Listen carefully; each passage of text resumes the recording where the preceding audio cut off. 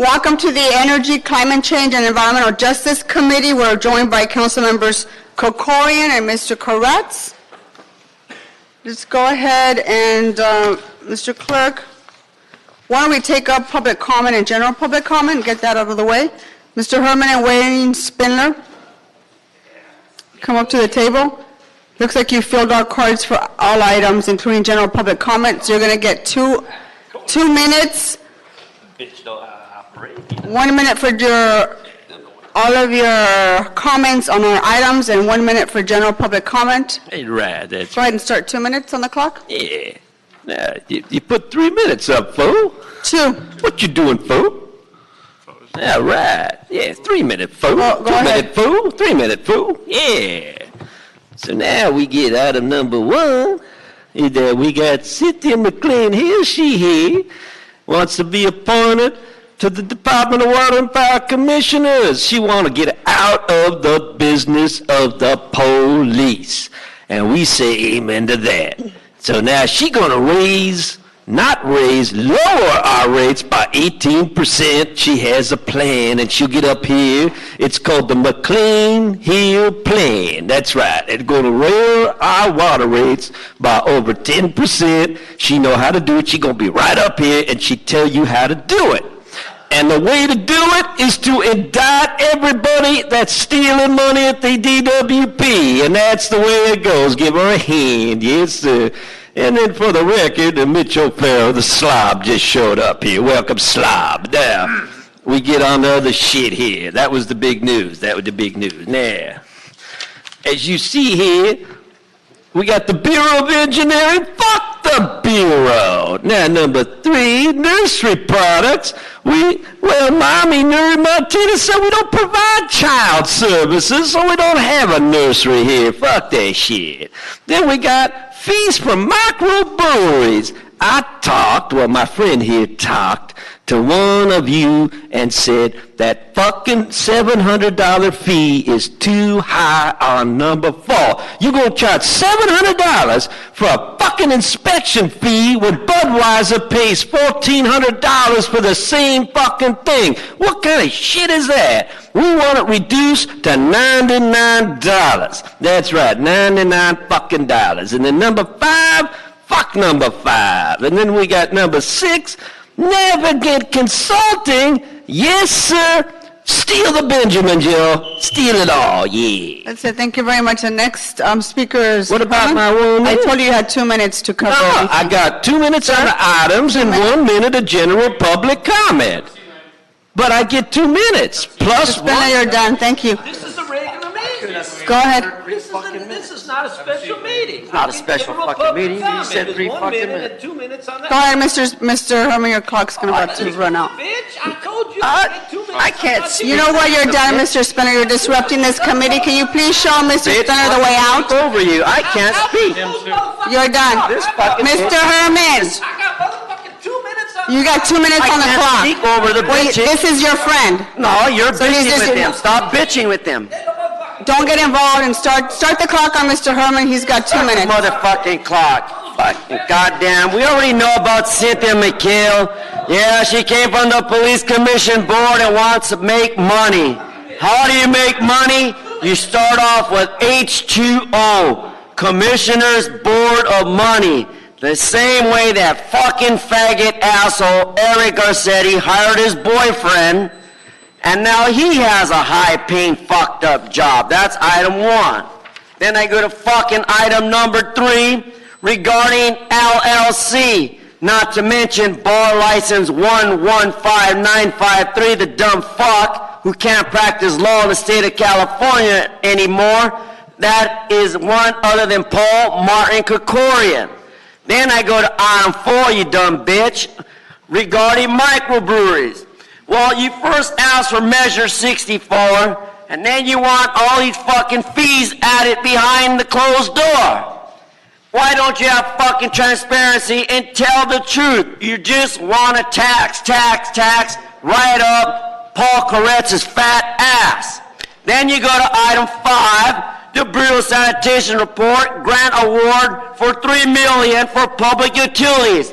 Fuck utilities, they're outdated, and that's why we have all these fucking fires. Then you go to item 6 regarding the so-called rate consulting services. Fuck all your consulting services. Fuck your microbrewing, and fuck all of you, 42 USC 1983, because Paul Krikorian has a fat fucking wife, and that fucking fat Armenian bitch doesn't say shit about him losing his bar It has nothing license. to do with the And topic, I'm sir. dealing with fucking bullshit at City Hall all the fucking time. 42 USC 1983. Fuck your fat flabby arms and your fucking colorful dress that matches a fellow's fucking tie. Fuck you. They've saved up, haven't they? Of course, they've had a month, more than a month off. Yeah.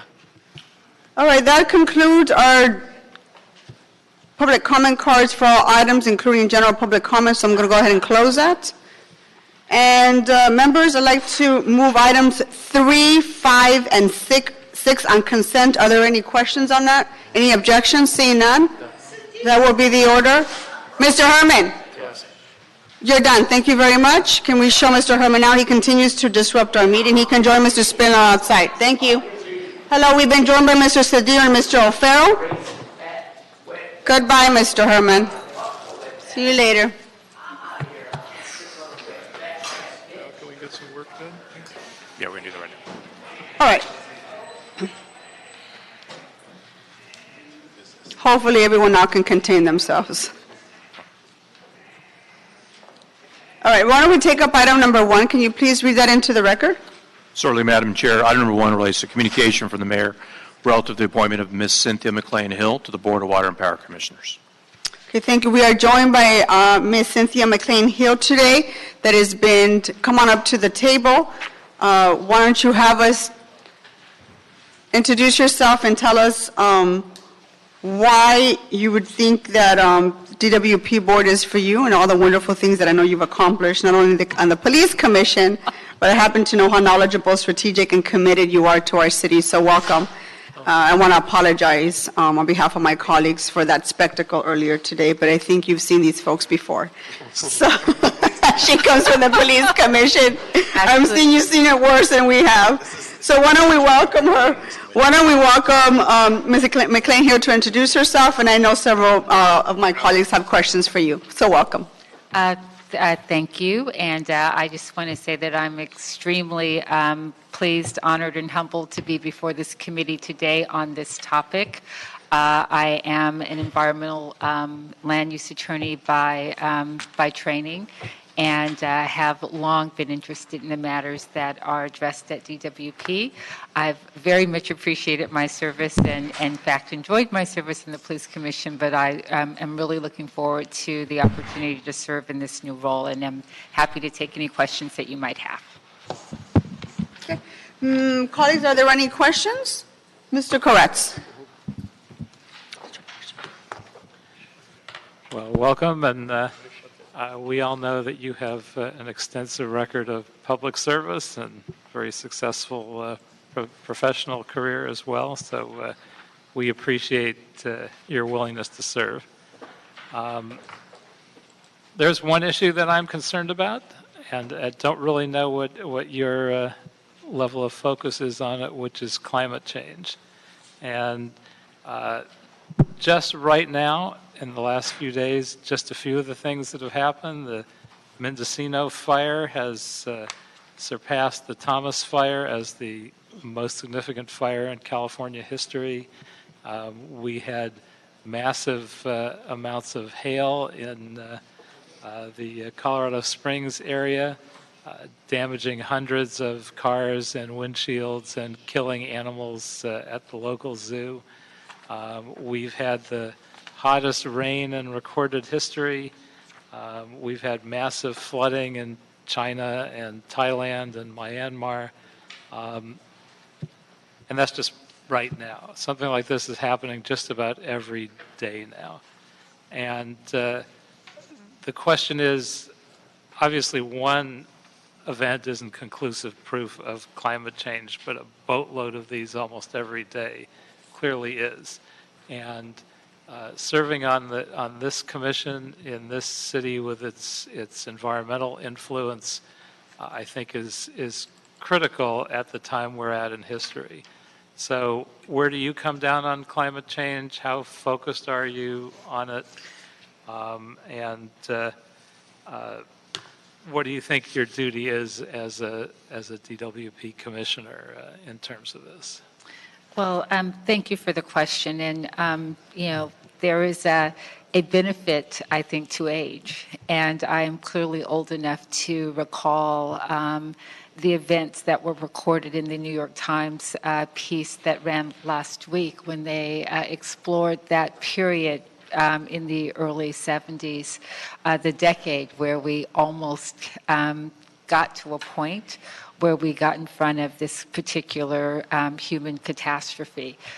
There is absolutely no question in my mind, but climate change is real, both as a scientific fact. It is indisputable, and in terms of our everyday experiences, you've articulated, just as a matter of common understanding of what's occurring in the world, it is clearly real.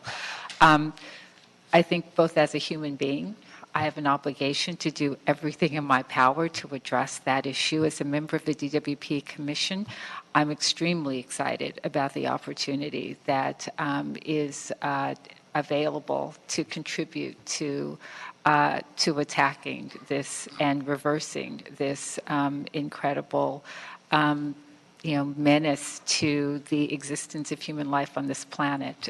The Sustainable City Plan and its many both objectives, goals, and many of which, I was pleased to see that we are hitting ahead of schedule, provides a pretty important roadmap. I'm also, interested in understanding more about and looking at the efforts that the department is using to create more sustainable sources of energy. I'm really excited about the Hoover Dam project and what's occurring in that space, and also particularly interested in the commitment to expanding the electric vehicle rideshare program, particularly in communities of color and communities where this kind of technology might not be so readily available. So that's just a brief response to your question, but I share both your concern and your commitment around those issues.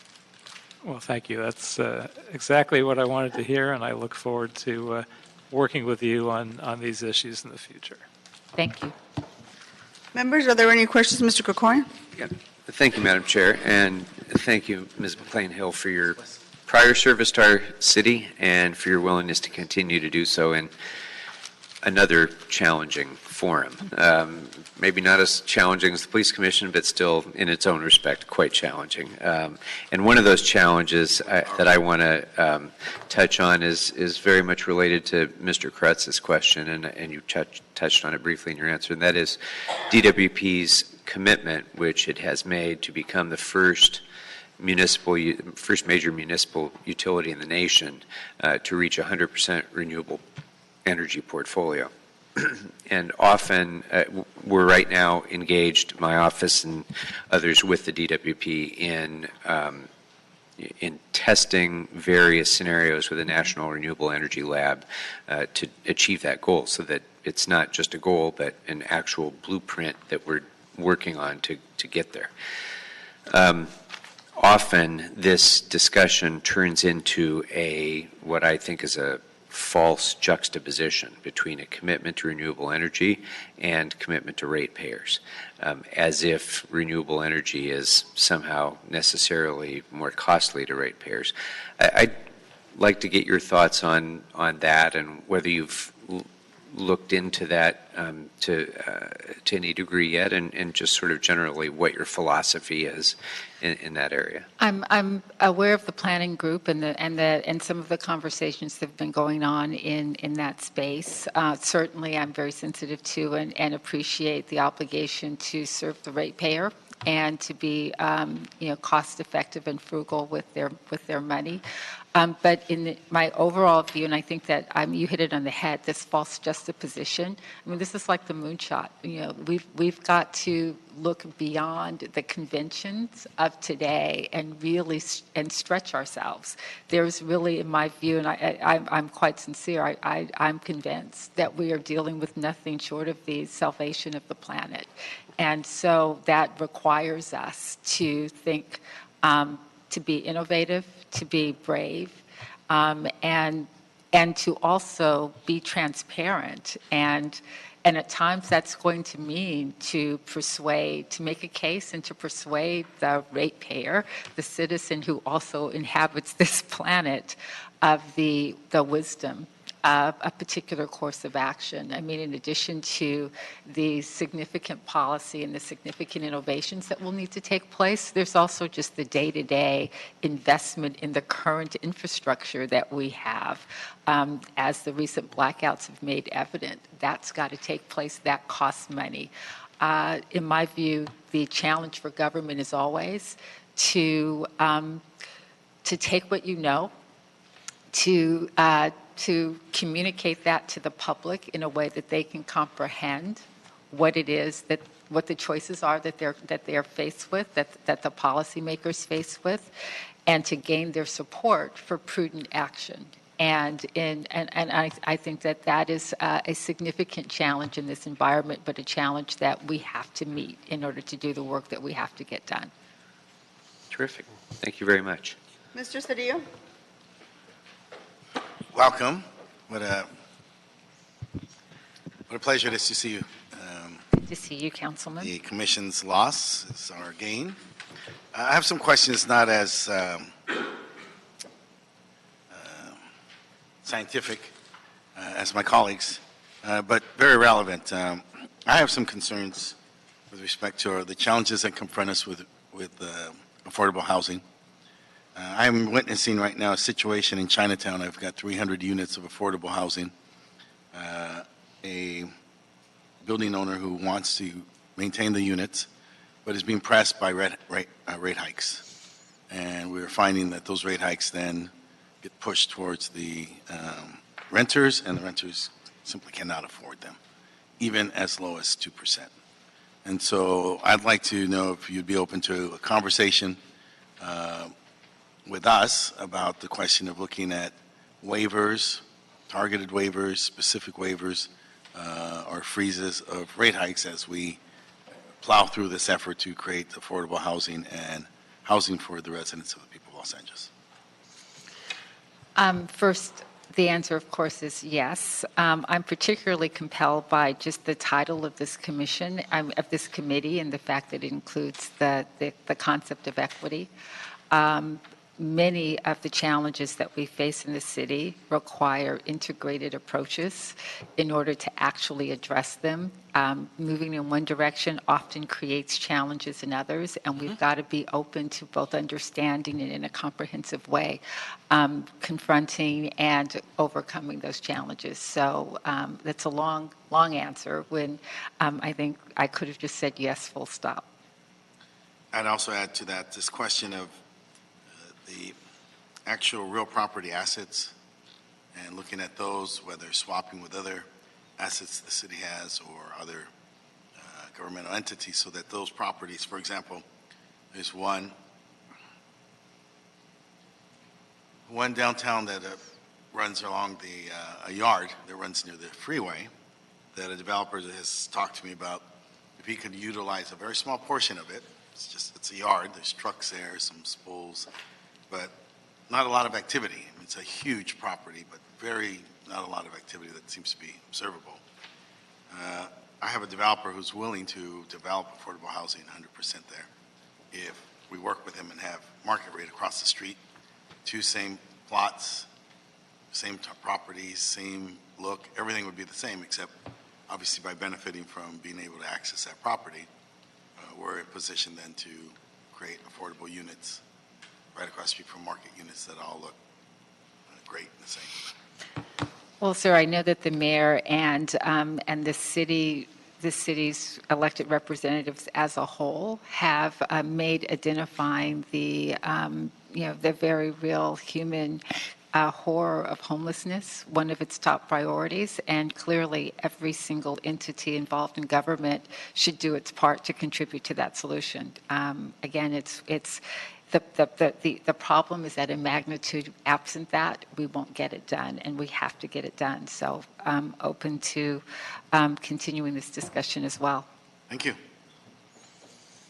Mr. O'Farrell? Just want to say, Ms. McLean-Hill, thank you for stepping up for yet another volunteer post. And I think your extremely evolved and refined skill sets will come in very, very useful to your position on this board. And you clearly understand what we're up against in terms of these climate events that are hitting with increasing frequency with what we're up against in relation to the infrastructure. So I think just in your presentation and your answers, you've conveyed a really great understanding of that.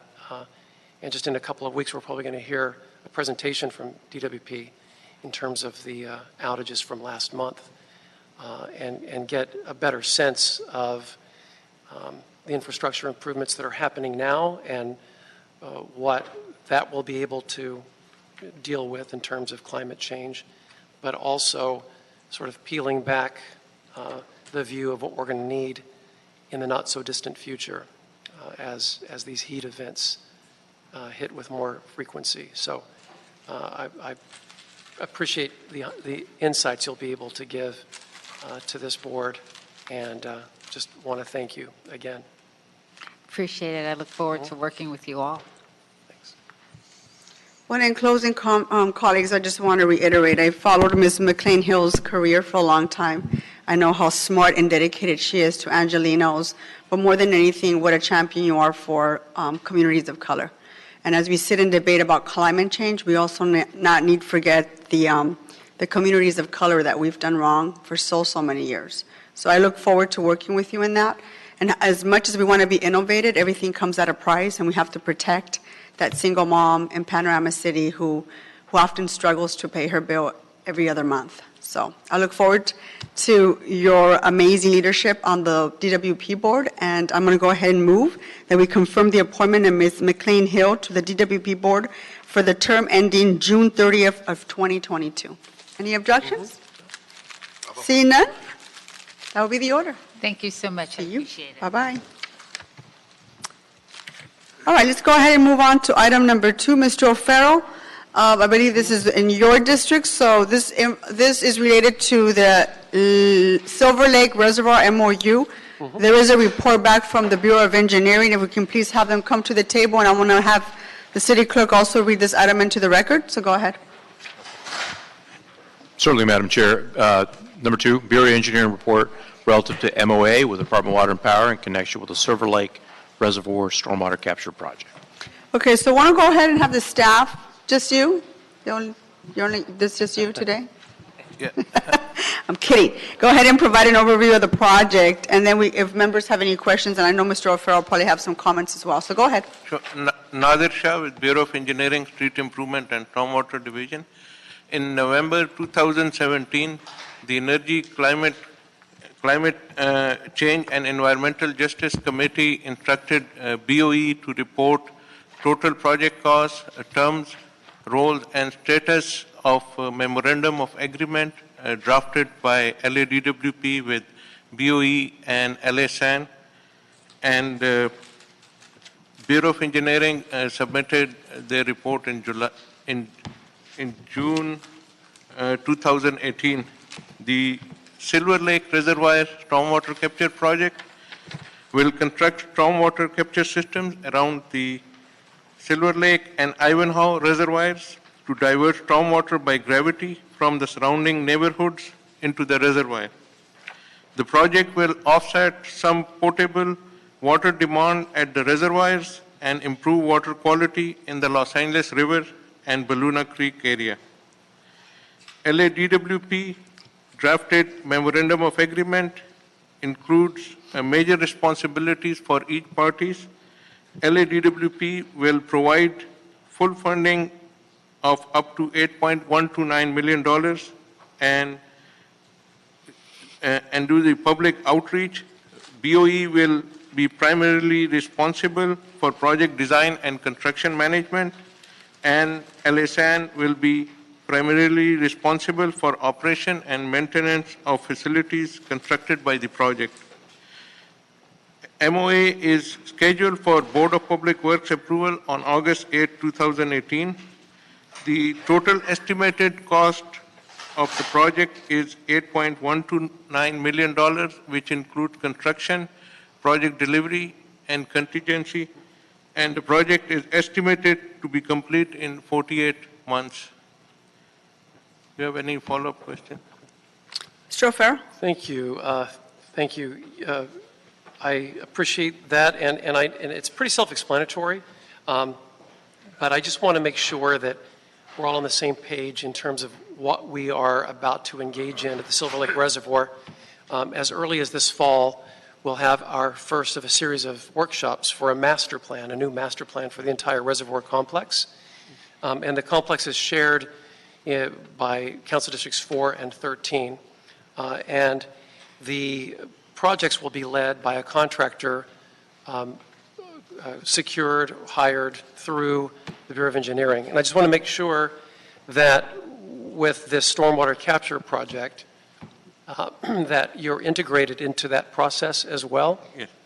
I sense that nothing in relation to this project requires much in terms of access and the way the reservoir complex will look in terms of amenities. It's pretty much infrastructure related for stormwater capture, and that's pretty self-evident.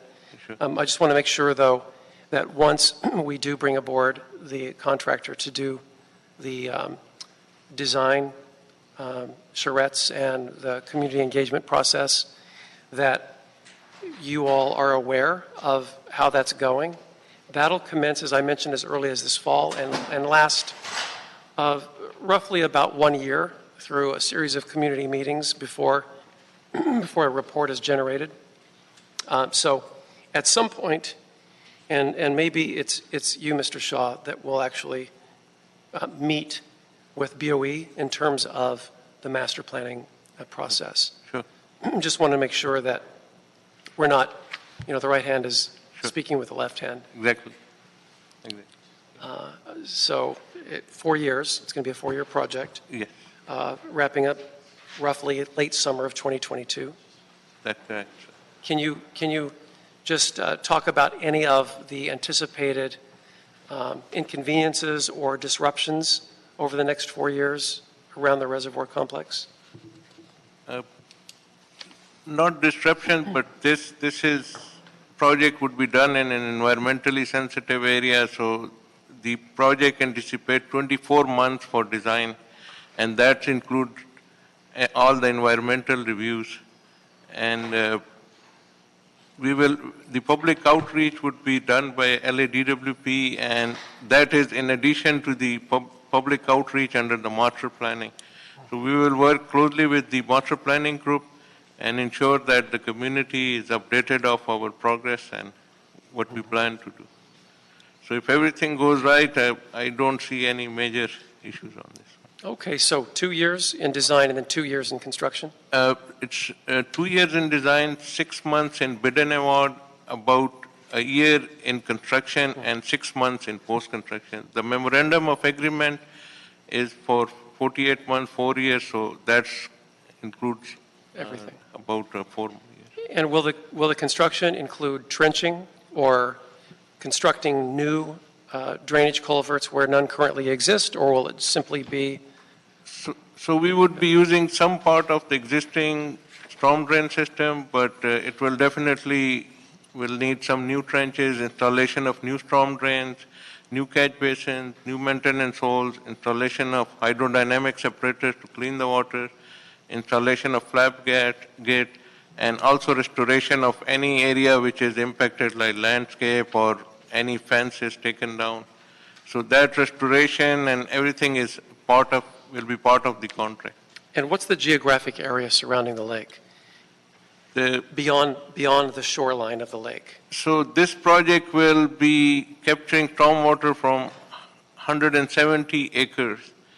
So it's pretty large area, but the intent is to maximize the capture from the areas which are more feasible. So it's about 170 acres we are talking about. So it would be all around the Silver Surrounding Lake, the lake. yes, Uh-huh. all around the Silver Lake as well as Ivanhoe reservoirs. So there would be some impact in terms of traffic. I've been to the site, so it's very hard to find a parking. So, but we will find a way that it's minimal impact, but there will be some impact in terms of traffic disturbance or impact to the community in terms of parking spaces available during construction. And are you the same shop that has built the groundwater pipeline from the Los Angeles River? Or is that a different shop within DWP? I think DWP, I won't be able to answer this. Because that project was built to keep water in the lake permanently, even during the dry years, and it's water that's groundwater that's not purified. So you're aware of that project, though it just completed some months ago.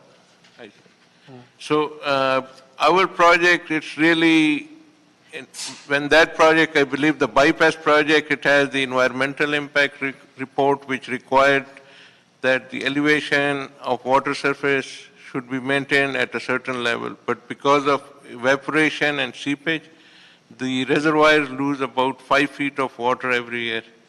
So this project anticipates to supplement up to 37% of the demand. Okay. So there would be still water need to be supplemented through other resources, whether it's groundwater or potable water. But I think DWP will be better able to answer that specific question. Yes. In terms of resources and quality. Okay. Yeah. That sounds, yeah, because that's the source, is the groundwater, the new pipe that was put in, is the source to keep water in the reservoir. Yeah. So maybe as long as you sync up with DWP and on that piece of it. All right. Yeah, sure. I don't want to belabor this any longer. I just want to make sure and just call attention to it since we're about to engage in this master planning process. Sure. All right. Thank you. Members, Thank are there you, any Madam other questions on this item? I just want to advise you to please just keep CD13 informed throughout the development of this project. This direction from this committee. Just keep his office, Mr. O'Farrell's office, informed throughout the development of the project. We will work very closely with the office. I know how much he cares about his district. Thank you, Madam Chair. Okay, so seeing no other questions, let's go ahead and receive and file this report. Okay, without objections, that will be the order. Thank you, sir. Thank you. Let's go ahead and move on to item number 4. This is a motion introduced by Mr. Kokorian. Why don't go ahead and read that item into the record and also ask sanitation to come to the table for a quick summary. Is anyone here from the department? Certainly, Madam Chair. Number 4 relates to Board of Public Works report, as well as sanitation, relative to the establishment of Class 2 inspections control fees for microbreweries. Okay, go ahead, sir. Good afternoon, council members. Manchai Yaupruk, Bureau of Sanitation, Industrial Waste Management Division. And I'm here to request the council member to give final approval for LA Sanitation recommendation to establish a Class 2 inspection and control fee for the microbrewery business in reference to the Council File 17-0974. And here is a summary background of the projects. In the past few years, the City of Los Angeles has experienced an increasing number of small batch beer brewers business, which we call microbreweries. The current rules and regulations governing the industrial waste water discharge into the publicly owned treatment works classify the brewery industry as Industrial Class Code 18. With this Industrial Class Code 18, it designates an inspection and control fee level 5. The current rules do not differentiate between a large brewers like Anheuser-Busch that produce a lot of beers, or a small batch beer brewers that may only produce a few batch per week like the microbreweries. So large or small, they pay the same level of inspection and control fee at level 5, which in this report, the inspection and control fee at level 5 is $1,749 per year. On August 25, 2017, Los Angeles Council members Paul Kekorian of District 2 and Council member Bob Blumenfield of District 3 issue a motion for the Board of Public Works and LA Sanitation to review permit chart for the brewery industry based on the size of the operation and the amount of wastewater discharge.